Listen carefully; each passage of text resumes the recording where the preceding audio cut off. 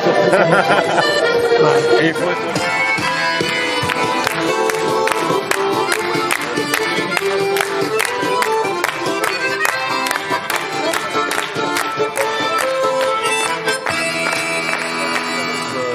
Ce qui compte le plus en fait, c'est une bonne équipe qui suit et je pense insuffler une sorte de rêve, une mayonnaise, faire prendre la mayonnaise aussi. Et là ça a pris et donc du coup je pense qu'on aura une belle équipe pour l'année prochaine pour organiser ça beaucoup mieux et je pense qu'on aura un bon soutien des mairies. Donc ça c'est aussi très très important pour nous pour en fait recevoir les artistes correctement parce que là ils étaient tous chez moi, j'ai arrangé avec les voisins pour avoir d'autres lieux aussi, la maison que je suis, bref. Mais là si les mairies nous suivent ce sera beaucoup plus facile en fait. Jacques, extraordinaire, c'est un grand plaisir de vous revoir ici avec ce festival. Et je l'ai noté moi sur un post, les gens ne se rendent pas compte de la chance que l'on a d'avoir ce festival initié par Yann et d'avoir cette école internationale d'accordéon à Jacques Mornay. Et ça, moi je vais rendre quand même à César ce qui appartient à César. Ça, Yann, ça n'aurait pas eu lieu. Il faut un fou comme Yann, un fou furieux et qui a peur de rien. Parce que au départ, moi, c'est pas possible. Il faut avoir une énergie, il faut avoir une volonté de faire pour arriver à faire ce qu'il a fait. Il faut être un fou comme Yann pour arriver à lancer une telle idée et la réaliser et faire en sorte que ça soit une réussite. Bravo, chapeau. Un petit mot, Yann, sur Jacques. Je pense que ça a été une belle rencontre. C'est une inspiration aussi, ce qu'il a fait, ce qu'il réalise encore aujourd'hui. Et toujours autant de passion en fait, dans ce qu'il fait, c'est formidable. Oui, moi je ne suis pas pour grand chose. Hein. C'est grâce à votre école en fait que c'est fonctionné. Oui, d'accord. J'espère que les politiques vont s'apercevoir de ce qui se passe et que l'an prochain, ils vont mettre la main un peu au portefeuille pour t'aider, de façon à ce que ça devienne un truc énorme, parce que l'idée en elle-même est géniale. La chance qu'on a sur le territoire du Sancy d'avoir ce festival avec des musiciens, des chanteurs d'un niveau justement international, c'est extraordinaire. Parce qu'ils ne se rendent pas compte, un gars comme... JB Baudin, s'il vous plaît, à l'accordéon. Comme JB actuellement, il est prêt la chronique, c'est un des meilleurs jazzman accordéonistes de France et de Navarre. Hein. Et puis une fille comme Mylène, championne du monde d'accordéon. Voilà, sans oublier la petite fille aussi. Je n'oublie pas évidemment, là, mais là c'est personnel, ma petite fille, son talent. Elle a un bel avenir. Avec oui, la chanson. Si elle s'est organisée, oui. C'est toujours une question d'organisation. Du talent, il y en a beaucoup qui en ont. Après, pour en tirer parti, c'est autre chose. Et mon petit-fils. Parce que beaucoup ce sont des jeunes artistes, donc ils n'ont pas un nom très connu encore, mais ils vont le devenir. Je pense qu'ils vont tous le devenir un jour. Et effectivement, au niveau qualité musicale, là, pour moi, c'est exceptionnel. C'est un vivier en fait. Pour nous, c'est un vivier musicalement, c'est très intéressant d'avoir ces élèves-là qui sont devenus artistes. Et aussi au niveau des bénévoles, parce que ce sont des élèves qui sont bénévoles cette année. Et donc du coup...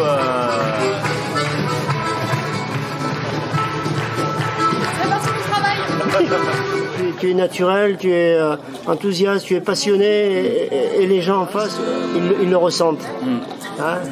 Oui, c'est important, je pense, donner sans compter si quelque chose nous plaît en fait. Et si un projet nous plaît, y aller, peu importe les difficultés, peu importe les obstacles que l'on rencontre et se donner en fait, se dépasser.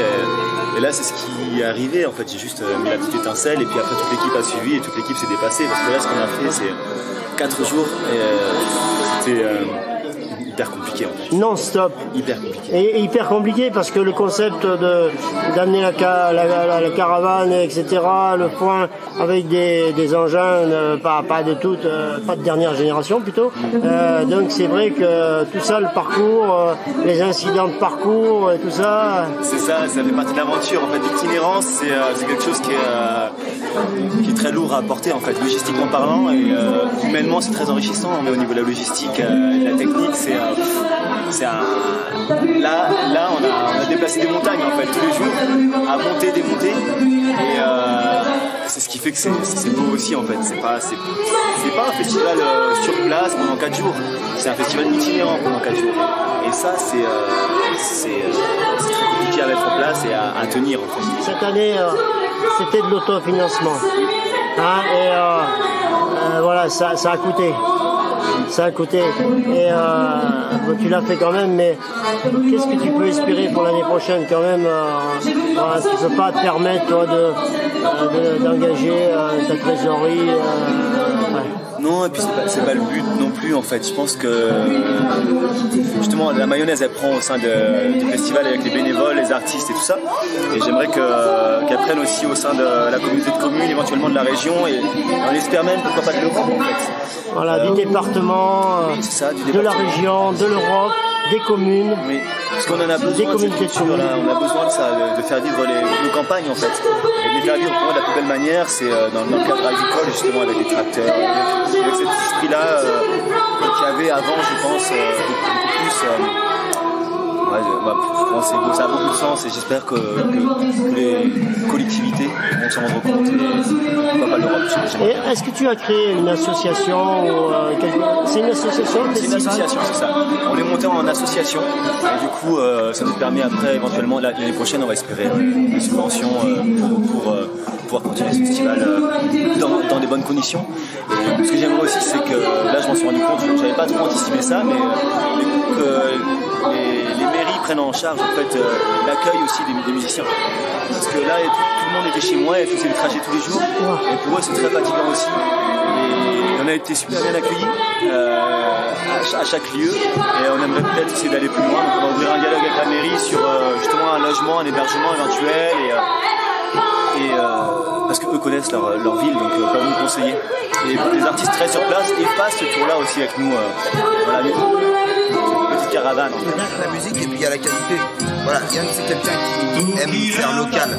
Donc voilà, des produits locaux, des bières locales, des bons produits, et c'est tout ce qu'on a besoin dans un festival. Tu m'as appelé pour me faire part de cette idée.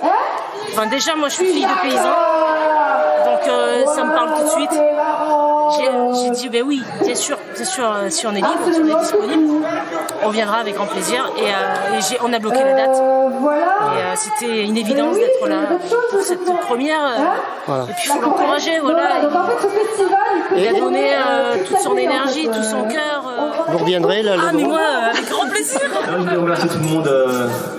C'est grâce à vous qu'il existe, et qu'il continuera à exister, j'espère. Bonjour Yann. Salut Guy. Donc on est ici à Pierrefitte, un hameau de Saint-Julien-Puy-Lavez. C'est ça. Hein, et là, tu es dans ta tenue qui t'a servi pendant la construction de tout la roulotte, etc.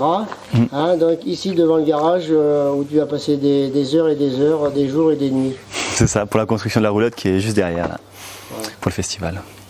Voilà, et donc c'est ici que tes voisins de chaque côté te voyaient jusqu'à point d'heure faire tarabusquer, c'est ça? C'est ça. Et quand ils passaient pour amener les vaches ou les ramener ou pour la traite, ils me donnaient des petits conseils sur la construction. Voilà. D'accord. Et donc ça t'avait pris combien de temps ça à peu près? La roulotte peut-être entre 4 et 6 mois, je dirais, ouais. Entre 4 et 6 mois pour la construction. La crêperie pareil, le food truck 4 mois. Puis le bar 2 mois. De faire le point de situation, comme on dit, le retour sur expérience. C'est ça. Pour la première édition, on voit qu'est-ce qui a fonctionné, qu'est-ce qui n'a pas fonctionné. En fonction, on va améliorer pour l'année prochaine. On va faire des demandes de subventions, et puis les mairies maintenant nous font confiance et vont participer un peu plus aussi. La première édition, c'est très satisfaisant. On a eu des très bons retours, et tout le monde a envie que ça recommence en fait, que ce soit les municipalités, les bénévoles, les artistes. Et donc voilà, ça me soutient en fait pour une deuxième édition. Donc on aura des nouveautés l'année prochaine? J'espère qu'on aura une programmation différente tous les soirs. Comme ça, le public qui veut suivre le festival de jour en jour peut le suivre, et donc que tous les soirs soient différents. Et on va garder la même formule sur 4 jours avec les tracteurs et les roulottes, puis se déplacer comme ça en itinérance, avec des accordéons. Voilà, et avec des intervenants différents. C'est ça, tous les jours. Essayer d'avoir des intervenants différents, des groupes différents. Puis des thèmes en fait par soir.